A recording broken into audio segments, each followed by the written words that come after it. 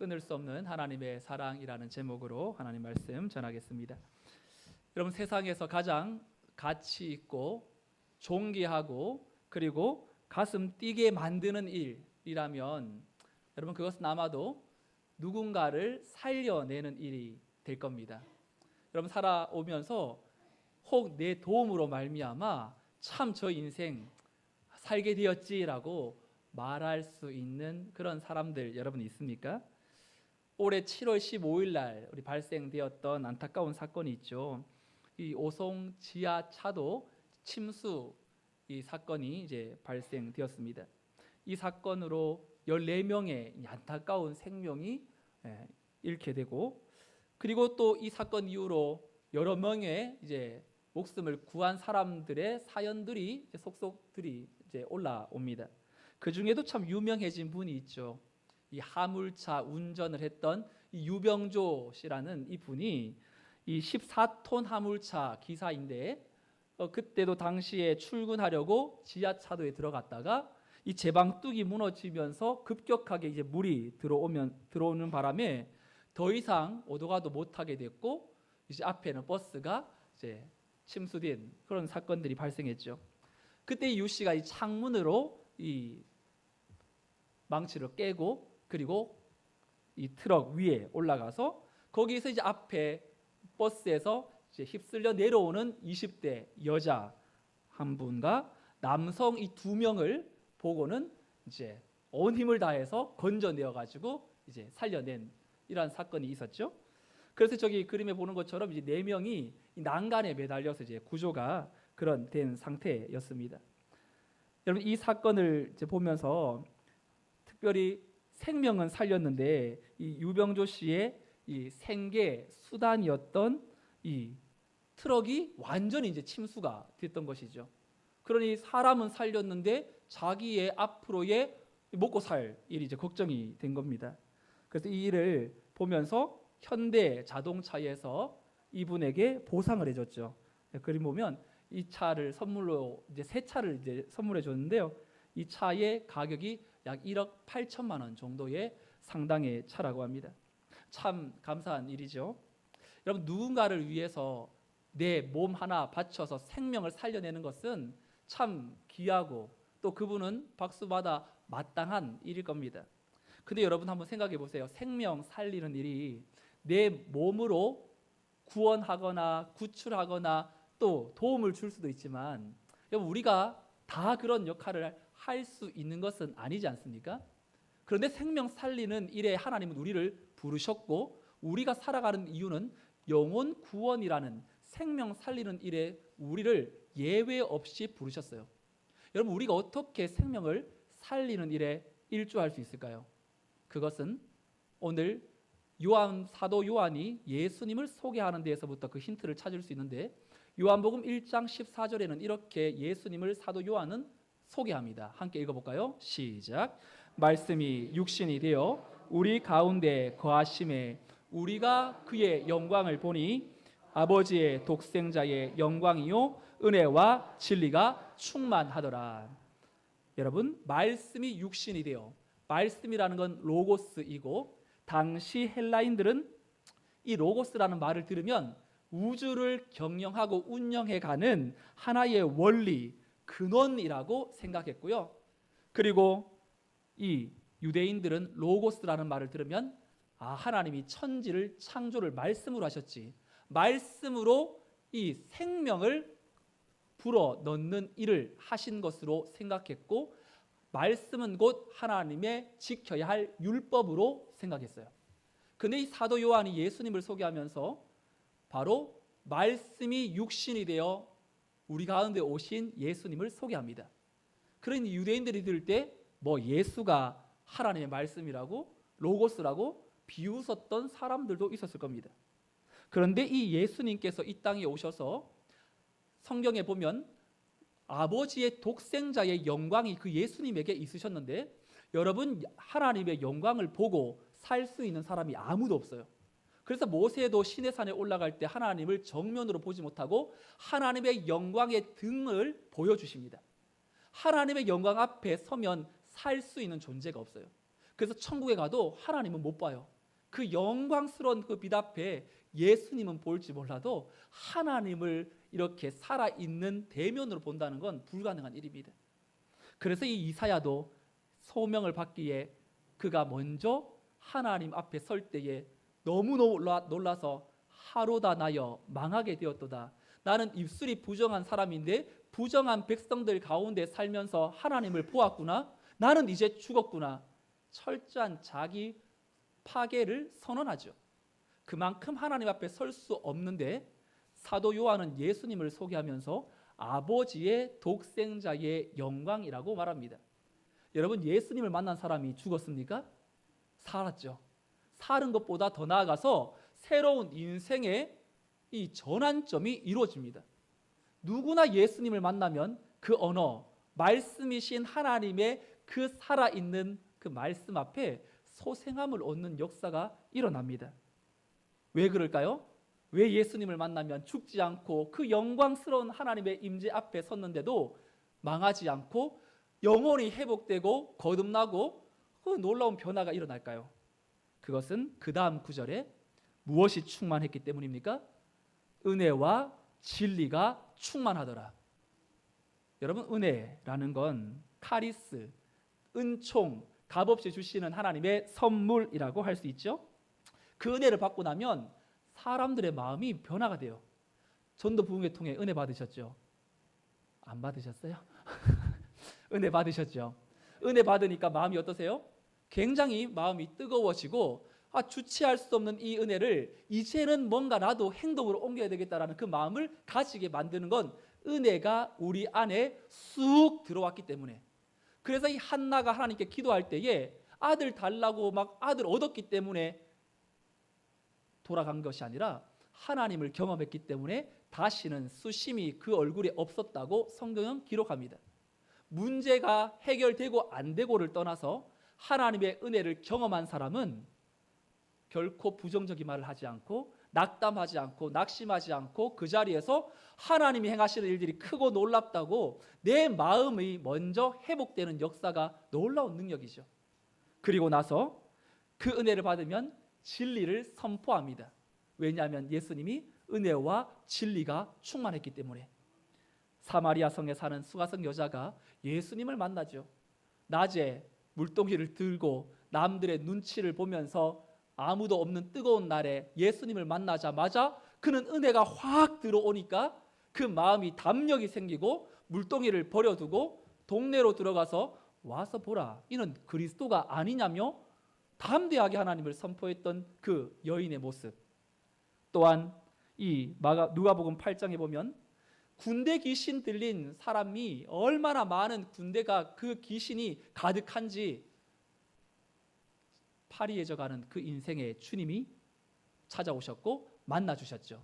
그리고 나서 그가 온전해졌는데 이 귀신 들린 자가 주님을 따라가려고 막 예수님 배를 타는 데까지 가까이 왔는데 주님은 누가복음 8장 39절에서 이렇게 그에게 사명을 주시죠. 같이 읽어볼까요? 시작. 집으로 돌아가 내게 어떻게 큰 일을 행하셨는지를 말하라 하시니 그가 가서 예수께서 자기에게 어떻게 큰 일을 행하셨는지를 온 성내에 전파하니라. 아멘.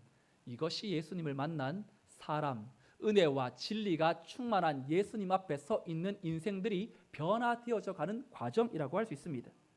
여러분, 오늘 우리의 인생의 여정 가운데에 하나님의 독생자의 영광이 충만한 예수님의 그 사랑 앞에 우리가 반응해서 이 자리에 나왔다면 오늘 우리는 다시 한번 진리로 살아가야 함을 믿고 하나님의 은혜 속에 한 영혼 한 영혼들을 우리의 언어로 생명의 말씀으로 누군가를 살려내는 예수님의 은혜와 진리가 우리 안에 충만하여 우리도 몸으로 누군가를 살려내는 일에는 다 쓰임받을 수는 없지만 우리에게 주신 생명의 언어로 하나님의 은혜와 진리를 드러내고 또한 사용받는 일에 아름답게 쓰임받기를 우리 주 예수 그리스도의 이름으로 축원드립니다. 오늘 로마서 8장을 마무리하면서 사도 바울은 로마 교회 성도들에게 은혜와 진리를 다시 한번 강조합니다. 하나님의 은혜의 확실성을 강조하면서 너희들은 진리로 삶을 살아내도록 우리에게 요청합니다. 하나님의 은혜가 얼마나 확실하고 놀라운지를 오늘 31절에 우리에게 이렇게 선포하죠. 함께 읽어볼까요? 31절 시작. 그런즉 이 일에 대하여 우리가 무슨 말 하리요? 만일 하나님이 우리를 위하시면 누가 우리를 대적하리요? 아멘. 여러분, 지난주에 그런즉이라는 말로 시작되었으니 이것은 뭔가 앞에 다른 내용들이 있었던 것을 종합 정리하는 것이 되겠죠. 우리는 지난주에 로마서 8장 29절 30절에서 성도의 청사진을 함께 살폈습니다. 그 청사진은 성도의 구원이 결코 실패가 될 수 없는 이유에 대해서 하나님이 주체자가 되셔서 그분이 우리를 미리 아셨고, 또 그 미리 아신 하나님이 예수의 형상을 닮아가도록 우리를 미리 정하셨고, 때가 되매 하나님의 자녀로 부르신 이들을 의롭다 칭하여 주시고, 칭하여 주신 이들을 마침내 영화롭게 하시느니라 라고 5가지의 구원의 단계를 가지고 설명하면서 너희들의 구원이 그저 예수 믿고 끝나고 이제 앞으로 올 문제 앞에 뭔가 무너지는 그런 믿음이 아니라 하나님이 친히 이 구원의 가정 하나하나를 다 주도하셔서 마침내 영화롭게 하셨느니라. 영화롭게 하셨다라는 건 앞으로 일어날 일을 미리 하나님의 주권적 의지를 가지고 선포함으로 과거형으로 기록해 놓았다고 했죠. 그렇게 하나님이 구원의 은혜를 그 설명한 이후에 오늘 본문의 시작이 그런즉 이제 더 이상 무슨 말을 더 할 수 있겠느냐. 이렇게 하나님의 은혜가 확실하고 우리의 믿음을 하나님께서 붙들고 계시는데 여기에 문제가 될 것이 무엇이 있겠느냐, 이런 의도로 사도 바울이 합창의 대단원의 마지막 클라이막스를 치고 올라가면서 31절부터 선포하기 시작합니다. 여러분, 하나님 믿으면서 평안 내 영혼 평안에 찬양 부르면서 살고 계세요? 아니면 예수님 믿는데도 염려와 걱정과 두려움으로 살아가고 계세요? 여러분, 예수님 만나고 나서도 우리가 참 하지 말아야 될 걱정들, 예수님 믿으면서도 해야 되는 걱정들이 너무너무 많이 올라오는 것 때문에 참 예수님 잘 믿는 게 맞나, 이거 그런 의심 들 때가 있잖아요. 자녀 문제, 재정 문제, 건강 문제, 뭔가 더 나아가 남의 걱정까지 하고 있는 우리의 모습을 보면 걱정 인생으로 예수님 믿으면서도 아멘 하면서도 그 은혜에 합한 모습보다는 걱정에 짓눌려서 살아가는 우리의 인생은 과연 무엇이 문제입니까? 걱정은 걱정을 낳지 대안은 낳지 못하잖아요. 사도 바울은 로마 교회 성도들이 이제 갓 예수님을 믿고 사도조차 제대로 로마를 방문한 적이 없기 때문에 구원의 교리가 제대로 잘 잡혀져 있지 않는 그 로마 교회 성도들을 생각할 때마다 마음속에 하나님, 저 로마 교회가 핍박과 박해와 어려움 속에서도 하나님의 복음을 결코 간과하지 않고 붙들고 살아갈 수 있도록 기도하면서 이 로마서를 써내면서 오늘 로마서 8장에 인생의 각종 문제 앞에 시달리는 그 성도들을 향하여 복음의 황금 사슬로 우리를 얽어매면서 하나님의 사랑을 우리의 인생을 끌고 가시는 그 하나님을 추워도 의심하지 말라고 말씀하는 것입니다. 여러분, 오늘 우리의 인생의 여정에 이 취업자 수가 작년에 보니까 미취업자가 133만 명. 근데 그 중에 25%에 해당되어지는 이 청년들이 34만 2천 명 정도. 그런데 이 34만 2천 명 중에 이제 보면 어떤 사람들은 이제는 구직도 하지 않고 그리고 캥거루족처럼 집에서 이제 부모님과 함께 살면서 앞에 미래의 비전조차 발견하지 못하고 살아가는 이 상당수의 청년들이 있다고 말합니다. 그러면서 참 금수저, 은수저 같은 사람들이 한 자리 차지하는 것이고 나 같은 사람이야 엄청 면접해봐도 떨어질 것 뻔하고 뭔가 내 인생이 어떻게 풀려질까 고민하고 있는 이 청년들이 많이 있고, 또 우리 어르신들은 어떻습니까? 하루가 남다르게 우리의 몸이 예전 같지 않기 때문에 병원 가서 무슨 또 이 사망 선고가 들을까봐 노심초사하면서 병원 갈 것도 두려워하고 가지 못하는 분들도 계시자 봅니다. 사도 바울은 인간의 모든 염려를 부정하지 않아요. 대신 내게 무슨 일이 일어나든지 선을 이루시는 하나님의 은총이 우리를 붙들고 계신다라는 그 말 한마디를 던지면서 신뢰할 거냐 말 거냐 우리에게 선포합니다. 그러면서 이 사도 바울은 또 성도들이 또 하나님의 사랑 안에 의심할까 봐 4가지의 수사학적 질문을 가지고 계속해서 하나님의 은혜의 확실함을 강조합니다. 31절에 우리가 읽었던 하반절에 만일 하나님이 우리를 위하시면 누가 우리를 대적하리요? 여러분, 여기에서 누가는 누구를 말할까요?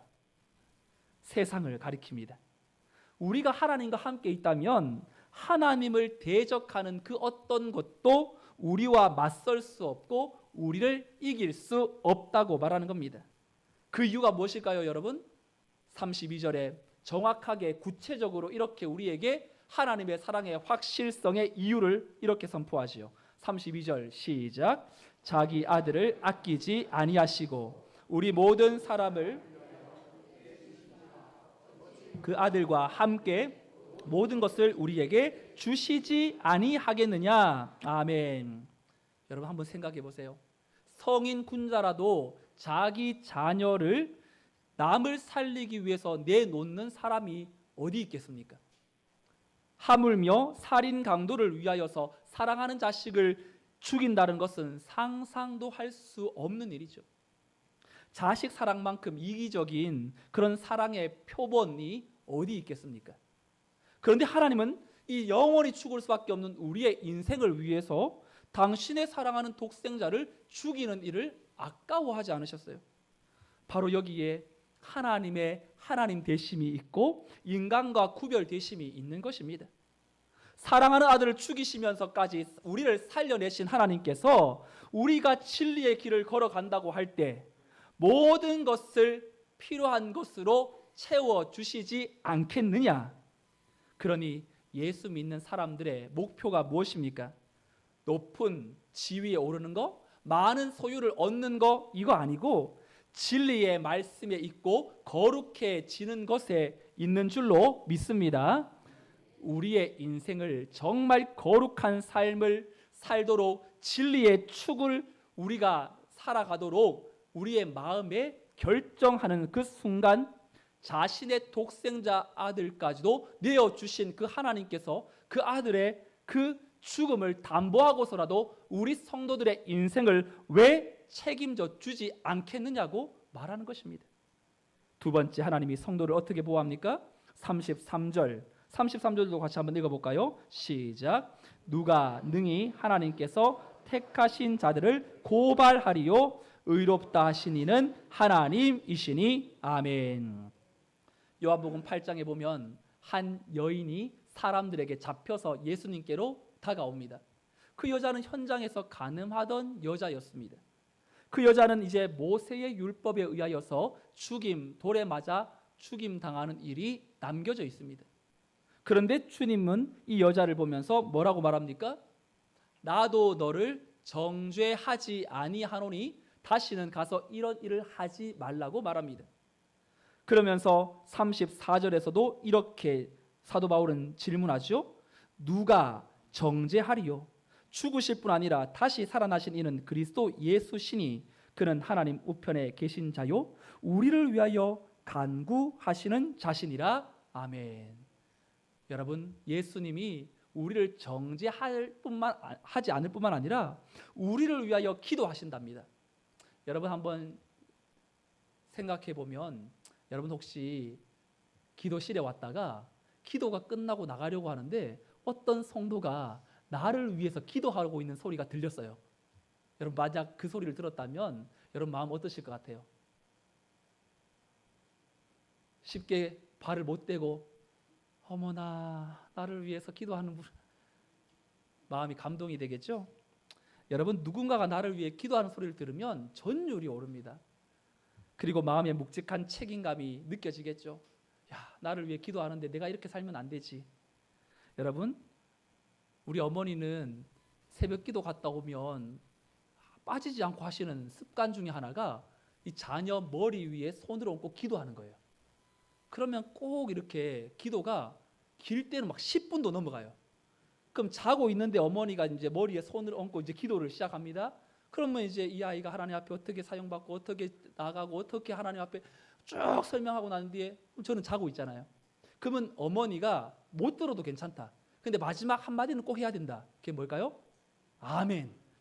예수님의 이름으로 기도합니다. 아멘 하면 처음에는 아멘 안 하다가 엄마가 아멘 이렇게 하면 아멘 하고 또 자기도 하고, 그걸 이제 평생 그렇게 해주셨는데, 근데 이제 문제는 누나가 결혼을 하고 이제 매형을 집에 데리고 왔어요. 그래 이제 한밤을 자야 되는데 그 다음 날도 우리 어머니는 열심히 새벽기도 갔다가 이제 막 기도 끝나고 집으로 오셨는데 이 세 사람이 자고 있어요. 자, 한 사람 한 사람 기도 시작합니다. 저 끝나고 누나 끝나고 매형은 어떻게 합니까 안 합니까? 뭐 안 하면 또 그렇잖아요. 이게 또 이제 자식인데. 그리고 이제 매형한테 난생 처음으로 장모가 사위의 머리에다가 손을 얹고 기도를 시작해요. 여러분, 보통 자녀들은 엄마가 기도해 주면 그냥 기도해 주나 보다 하고 편안히 잘 수 있지만 사위는 어떻습니까?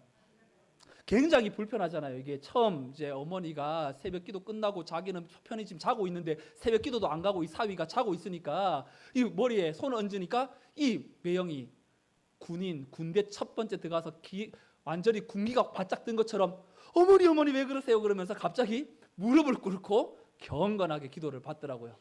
그러면서 아멘 하고 마쳤는데 어느 날 대학교 때 어머니가 전화가 옵니다. 야, 승일아, 너 잘 들어라. 엄마가 기도하는데 요즘 너가 영이 좀 안 좋아 느껴진다고, 안 좋게 느껴진다고, 뭔가 좀 하나님과의 관계가 좀 막혀 있는 것 같은데 한번 생각해 보라고. 어머니가 그때 그 말을 해주는 그 순간, 야, 제 마음속에 하나님 참 정확하시다. 그때 사실 제 마음속에 하나님과의 관계 속에서 이 감춰진 죄악, 드러나지 않은 죄악, 누군가 뭔가 숨기고 있었던 죄악이 막 드러나기 시작하는 거예요. 근데 만약 제가 여러분 집사님 중에 한 분한테 전화를 해요. 여러분, 집사님, 요즘 제가 집사님 위해서 기도하는데 집사님 그렇게 살면 안 되실 것 같은데요. 영이 너무 어두우세요. 하나님 말씀해 주셨어요. 만약 제가 집사님에게 만약 이런 전화를 드렸다면 그 집사님 반응 어떨까요? 정말 목사님 죄송해요. 제가 더 열심히 해야 되겠네요. 이렇게 반응하겠어요? 그 다음 주부터 교회를 안 나오실까요? 네. 어머니의 기도를, 그 말씀을 듣는 순간 정신 차려야 되겠다라는 두려움으로도 받기 시작합니다. 이와 마찬가지로 성도는 누군가의 기도를 통해 오늘을 버텨내는 힘을 공급받습니다. 그런데 우리를 위해 누군가가 기도해 주지 않는다 할지라도 예수님은 친히 하늘 보좌 우편에 앉으셔서 우리를 위하여 간구하고 계십니다. 그 예수 그리스도를 마음에 품고 기도하는 성도들이 모여서 합심하는 그 기도는 하나님이 더 귀중하게 보시고 더 은혜 베풀어 주실 줄 믿습니다. 그러니 여러분, 지금보다 새벽 기도, 금요 기도에 어떻게 더 많이 나오셔야겠지요. 더 많이 나오시기를 소망합니다. 아멘. 사랑하는 성도 여러분, 우리가 어떤 존재입니까? 우리는 우리의 인생을 위하여 친히 기도해 주시는 진리 또한 은혜와 또한 하나님의 그 영광 그 자체인 예수님이 우리를 위하여 간구하시는 그런 존재라고 말합니다. 세 번째, 하나님이 성도를 어떻게 보호해 주시는가? 35절에 보니까 누가 우리를 그리스도의 사랑에서 끊으리요? 환난이나 공고나 박해나 기근이나 적신이나 위험이나 칼이랴라고 모든 끊어낼 수 있는 환경들을 다 동원해서 지금 사도 바울이 우리에게 말합니다. 여러분, 누가 우리를 할 때 누가는 그 무엇을 뜻하는데 그 무엇이 뒤에 나오는 이제 환난부터 쭉 나오죠. 여러분, 환난과 공고가 나옵니다. 여러분, 환난과 공고의 차이가 무엇일까요? 여러분, 환난은 잔잔한 바닷가를 항해하고 있는데 갑자기 생각지도 못하는 태풍이 순식간에 불어 닥쳐서 어떻게 할 수 없는 시련이 바로 환난입니다. 이번 주에 월요일 날 북아프리카에 위치한 이 리비아라는 나라에 대홍수로 빗물을 견뎌내지 못했던 이 댐 두 곳이 무너져 버렸고 엄청난 양의 물이 도시에 그대로 강타를 해버리니 4분의 1이 유실된 사건이 발생했습니다. 사망자만 지금 11,000명이 넘었고 실종자는 2만 명 이상이라고 엄청난 희생자와 이재민들이 발생합니다.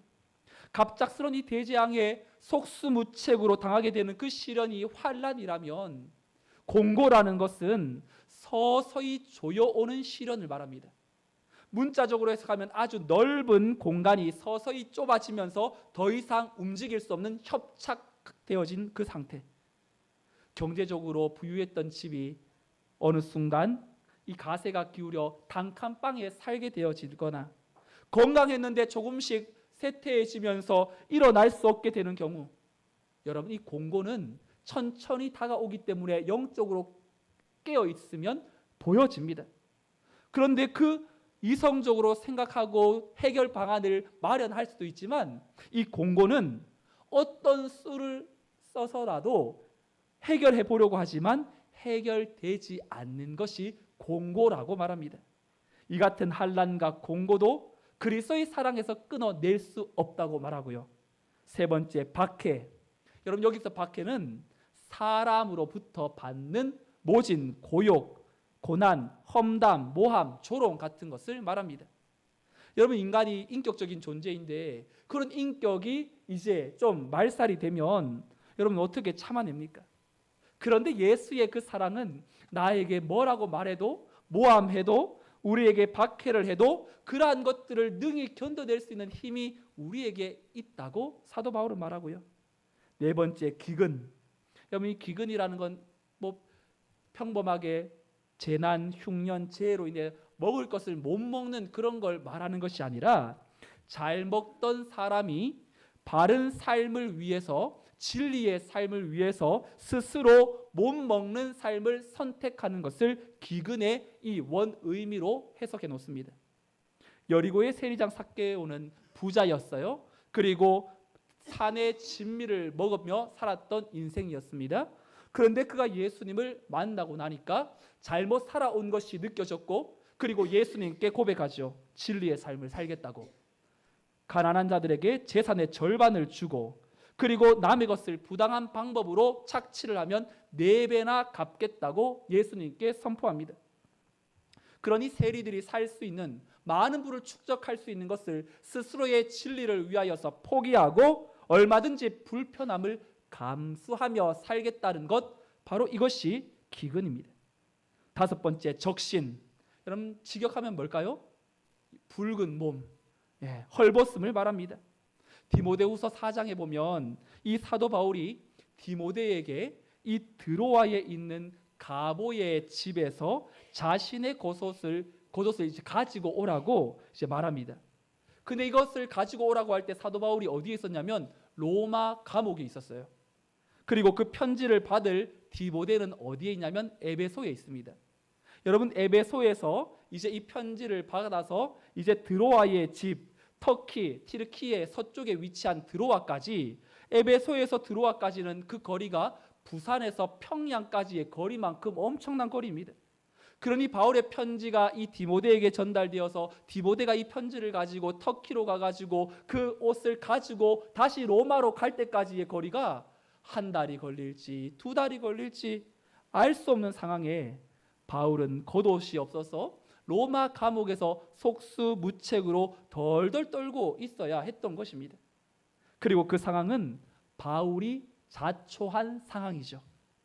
유대인 집단에 남아서 예수쟁이들을 핍박하면서 살았다면 그는 화려한 옷을 입으며 또한 비단 옷을 입으며 살 수 있었지만 예수님 때문에 그는 헐벗은 삶을 택합니다. 그리고 더한 헐벗음이라도 바로 그리스도의 사랑에서 끊지 못한다고 우리에게 말하죠. 여섯 번째는 위험이라고 말합니다. 이것 역시 스스로 자초한 위험입니다. 복음을 위하여 숱한 위험을 사도 바울은 마다하지 않잖아요. 마지막 칼이라고 나오죠. 이 칼은 권력을 의미합니다. 초대교회의 많은 성도들이 이 사탄의 지배 세력인 이 권력에 맞장서서 사자의 밥이 될지언정 권력에 마음 빼앗기지 않았습니다. 바울이 매를 맞고 투옥되는 여러 어려움을 겪은 것도 바로 그 때문이었습니다. 하지만 그러한 세상 권력도 그리스도의 사랑에서 우리를 끊어낼 수 없다고 말하는 것입니다. 이렇게 예수님을 위하여 자신의 편안과 안위와 또 자신의 모든 풍요로움을 벗어던진 채 주님의 사랑에 붙들려 살아가는 사람들의 모습을 36절은 이렇게 우리에게 소개하죠. 36절 시작. 기록된 바 우리가 종일 주를 위하여 죽임을 당하게 되며 도살당할 양같이 여김을 받았나이다 함과 같으니라. 아멘. 시편 44편 22절을 인용했는데 이것은 바로 종일 주를 위하여 죽임을 당하게 되며 이제 우리의 상태는 도살당할 양같이 우리가 이제는 끌려가 죽는 것밖에 남아있지 않는 그런 완전한 고난의 상태에 들어가 있음을 말합니다. 그런데 이런 모든 죽음과 맞닿은 그러한 고난 속에서도 성도의 고백이 뭐냐면 37절에 이렇게 말합니다.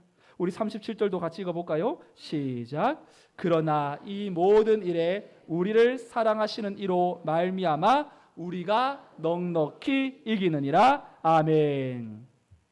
여러분 안희숙 사모님이 쓴 책 죽으면 죽으리다라는 책 혹시 들어보셨어요? 네. 책 서문에 충격적이고 감동적인 그런 말을 했죠.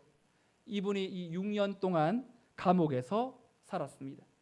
우상 숭배하지 않으시고 그리고 신앙의 절개를 지키면서 처녀의 몸으로 고난당하고 그리고 감옥에서 나왔어요. 그리고 나서 그가 이런 말을 합니다. 나는 자격 부족으로 실격된 순교자이다. 진실로 나는 예수를 위해 죽기 위해 결심하고 나섰던 것인데 나는 내 뜻을 이루지 못하고 기회를 잃었을 때 섭섭해서 몹시 울었다. 여러분 이 말을 이해할 수 있으시겠습니까? 감옥에서 풀려나오면 감사하고 찬양하는 것이 정상인데 이분은 자기가 예수님 때문에 감옥에서 들어가서 예수님처럼 죽어야 하는데 죽지 못하고 나왔으니 자격 없는 순교자라고 스스로를 너무 안타깝게 생각해서 서러워서 엄청나게 울었답니다. 그리고 이 사람을 이렇게 강하게 만들 수 있었던 것이 무엇이었냐면 그 다음에 이런 말이 나옵니다. 양순한 양떼 같은 성도들이 도살하는 자들 앞에서 그 모진 매 앞에서 아이고 소리 내지 않고 견뎌내는 진절머리 나는 참상을 볼 때에 나는 왜 그랬는지 몰라도 급한 말로 주여 천사를 보내셔서 속히 이 모든 사실을 사진 찍으세요 라며 발을 구르며 부르짖었다. 나는 예수님이 어떠하신 사랑으로 순교자들을 사랑하셨으며 만삭되지 못한 나를 사랑하셨는가를 다 기록할 수 없다. 환난이나 기근이나 칼이나 핍박이 와도 어려움이 와도 하나님의 자녀가 꺾일 수 없는 것이 어디에서부터 나오는 것이냐? 하나님의 사랑에서 나온다라는 것을 이 사모님이 증명합니다. 그러므로 하나님의 사랑이 변할까 봐 염려할 필요가 없죠. 나를 정죄할 사람이 있을까 불안해할 필요가 없고 환난과 핍박 당하여서 꺾일까 두려움을 가질 이유가 없습니다. 왜요? 하나님은 변하지 않고 우리를 지금도 그리스도 예수의 사랑에서 우리를 지키시고 계시기 때문입니다. 그래서 사도 바울은 결론적으로 38절 39절에서 이렇게 선포하죠. 함께 38절 39절 시작. 내가 확신하노니 사망이나 권세자들이나 현재 일이나 장래 일이나 능력이나 높음이나 깊음이나 다른 어떤 피조물이라도 우리를 우리 주 그리스도 예수 안에 있는 하나님의 사랑에서 끊을 수 없으리라. 아멘. 사도 바울은 확신을 가지고 말합니다. 내 구원이 얼마나 요지부동한가? 내 구원이 얼마나 만세 반석 위에 세워져 있느냐? 그러니 우리의 인생에 결코 두려워할 필요가 없다고 말하면서 한 가지 우리에게 도전하고 마칩니다. 그러면 나는 이렇게 예수 안에서 어떠한 환난과 핍박과 기근과 적신과 칼이 몰려와도 두렵지 않는데 이런 두렵지 않은 마음을 그저 나만 안고 살아갈 것이냐? 하나님의 사랑을 인식하는 것도 중요하지만 그 사랑을 인식한 성도가 진리의 삶을 살아야 되지 않겠느냐? 그러면서 그는 그 무엇도 끊을 수 없는 하나님의 사랑을 강조한 뒤에 9장에서 이렇게 자신의 인생을 살겠다고 고백하죠. 우리 말씀 읽고 마치겠습니다. 로마서 9장 3절 시작. 나의 형제 곧 고륙의 친척을 위하여 내 자신이 저주를 받아 그리스도에게서 끊어질지라도 원하는 바로라. 아멘. 자기가 죽어 지옥에 간다 할지라도 하나님 이 영혼 유대인 동족들이 예수 믿고 하나님 나라 갈 수 있다면 내 생명이 끊어질지라도 원하는 바입니다. 그 마음이 이 사도 바울의 마음에 물밀듯이 몰려오며 한 영혼을 향한 구원자의 삶을 살겠다고 선포합니다. 유대인들은 바울을 민족의 배신자로 여겼지만 바울은 저 유대인들을 향하여 자신과 함께 구원받아야 할 이 사람들로 본 것이죠. 사랑하는 성도 여러분, 예배당에서 밤새워 기도하며 찬양하는 것은 아름다운 일입니다. 하지만 그것으로 끝나서야 되겠습니까? 우리가 하나님의 사랑을 확인한 것으로만 마무리돼서는 안 될 것입니다. 우리의 삶은 우리에게 주신 하나님의 영광의 그 빛 앞에 반응하고 은혜와 진리로 나가야 하는데 그 은혜를 받은 성도의 삶은 바로 이번 주부터 시작될 짝전도와 토요노방 전도대로 우리 교회는 나가려고 합니다. 왜냐하면 받은 사랑을 흘려보내는 것이 진리에 합당한 성도의 삶이기 때문이죠.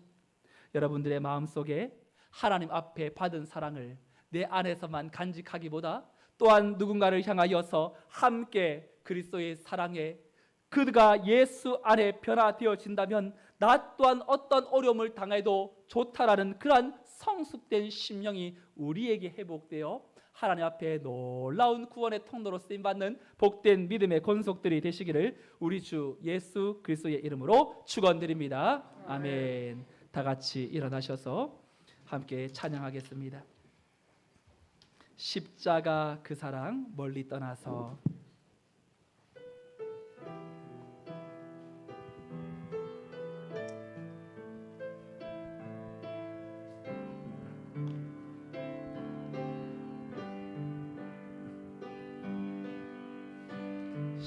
십자가 그 사랑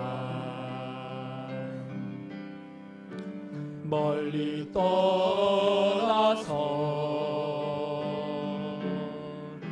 무너진 나의 삶 속에 잊혀진 주님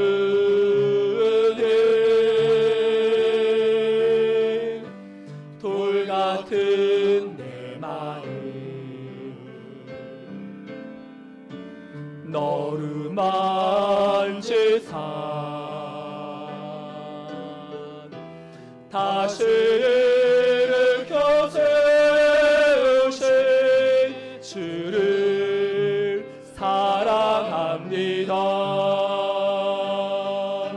주 나를 보시고 날 붙드시네 나는 외롭고 존귀한 주님의 자녀라. 주 나를 보시고 날 붙드시네 나는 외롭고 존귀한 주의 자녀라. 지나간 일들을 기억하지 않으시는 하나님, 기억하지 않고 네 전에 행한 모든 일 생각지 않으리. 사막의 강물과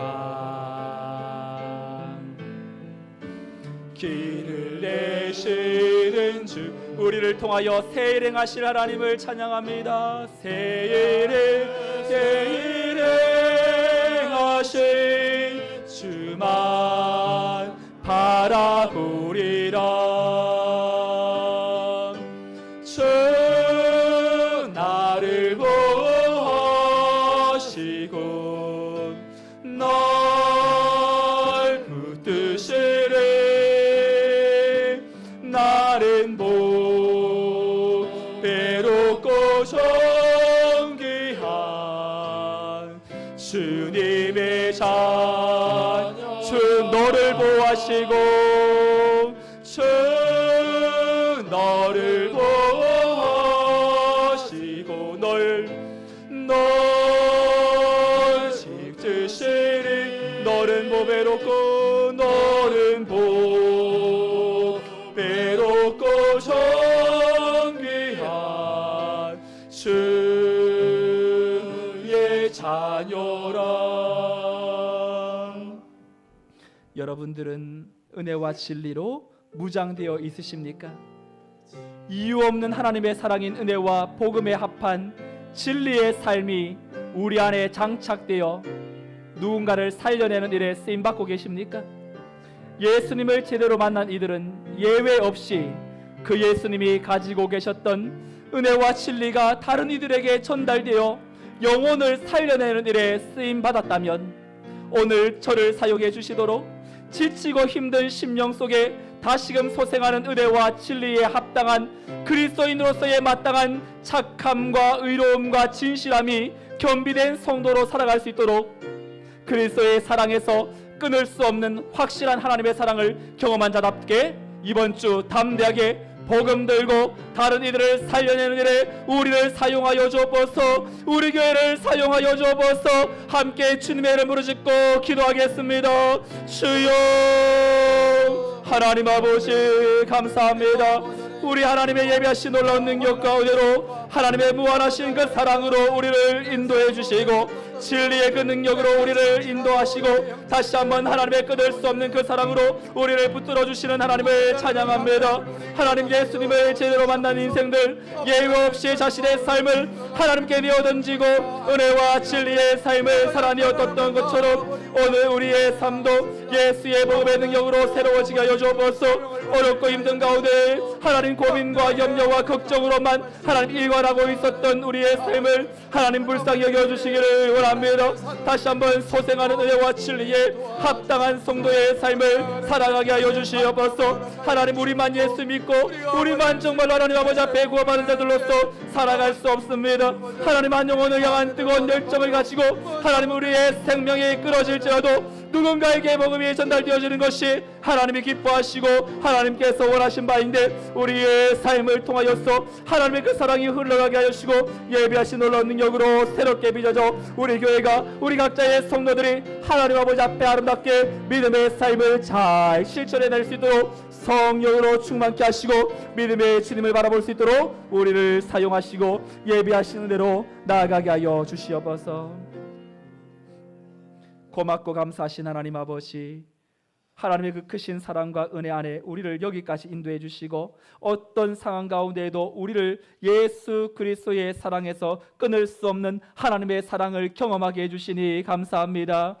진리와 은혜가 충만한 예수님의 그 입에서 나온 말씀은 누군가를 살려내는 생명의 통로가 되었는데 우리도 하나님 예수 믿게 만든 것은 내 자신의 안위와 내 심령의 평안함만을 위하여 살아가지 않고 또한 누군가에게 그 예수의 말씀이 육신이 되어 우리 가운데 거하신 것을 믿고 우리를 통하여서도 그 생명 사역에 아름답게 쓰임받는 권속들이 되게 하여 주시옵소서.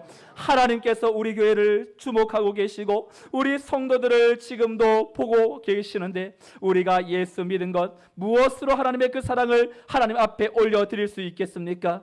하나님의 사랑을 경험한 자답게 담대하게 믿음으로 승리하며 두려움과 염려가 아니라 모든 것을 주님께 내어 맡김으로 확신에 찬 성도의 삶을 살아가게 하여 주시고, 그 성도의 삶이 하나님 앞에 어떠한 삶으로 나가게 될지 우리가 확신하고 기대하고, 하나님 우리의 마음 가운데, 우리의 심령 가운데 넣어주시는 그리스도의 복음의 능력을 다른 이들에게도 전달함으로 나도 살고 다른 영혼도 살려내는 일에 하나님 우리 교회 또한 우리 성도 이번 주부터 시작될 복음 전파자의 사명을 힘있게 감당하게 하여 주시옵소서. 이제는 우리 주 예수 그리스도의 은혜와 하나님의 크신 사랑과 성령님의 인도 보교통 충만 역사하심이 은혜와 진리로 무장되어 하나님의 그 생명 살리는 그 심령, 그 원하시는 아버지의 마음을 우리에게 넣어주시사 우리 또한 하나님의 그 사랑에 힘입어 내 심령이 영적으로 보함을 받고, 또한 세상 한가운데에서도 진리의 말씀을 선포함으로 예수님을 자랑하고 복음으로 바로 세워지기를 다짐하는 성도들의 삶과 가정과 생업과 자녀 위에, 또한 이번 주부터 복음 들고 나가는 우리 교회의 모든 발걸음 위에 홍수로 인하여 가족을 잃고 그들의 장막을 잃고 살 소망까지 잃어버린 하나님의 은혜를 사모하고 회복되어야 될 저 리비아 땅과 지구촌 모든 곳곳 위에 이제로부터 영원토록 함께 있을지어다. 아멘.